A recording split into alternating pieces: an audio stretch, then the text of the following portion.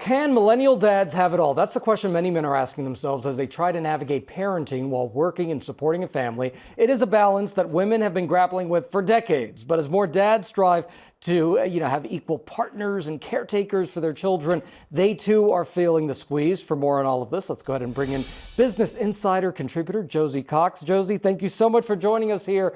You interviewed dozens of millennial dads in the business world about the challenges of parenthood. And you say almost all the men you spoke with did not feel comfortable sharing their stories on the record. Why?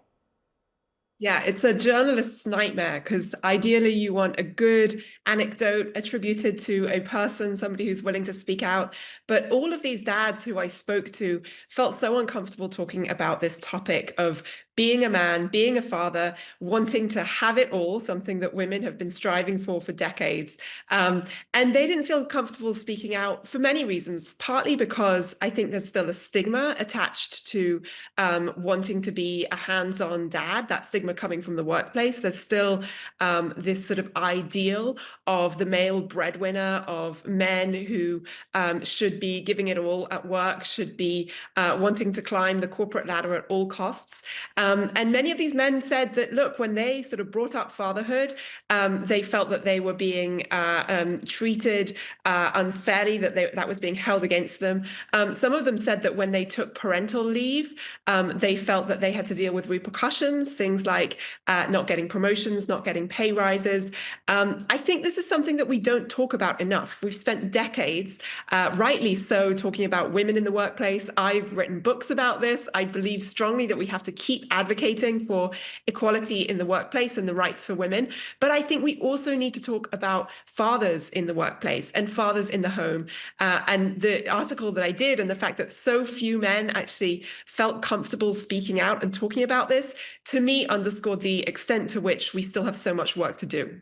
And some employers in the U.S., they are offering more paternity leave, but many still don't. And that's still a major problem. That's right. And I think it is really encouraging. I think it's important to acknowledge that is a step in the right direction. Employers offering shared parental leave, offering parental leave that is equal for men and women, for mothers, for fathers. That is a huge step in the right direction. We need those policies in place.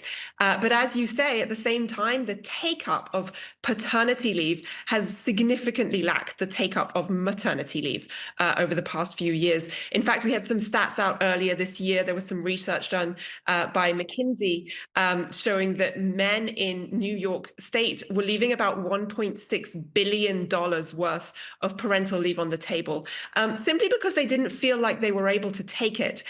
They thought that if they would take time out of the paid labor market to look after their kids, to support their spouses after having a baby, that they would then have to suffer professional consequences, things like missed promotions and perhaps even pay cuts. All right. Josie Cox, thank you so much. We appreciate you, and we'll look for your piece in the Business Insider. We appreciate it.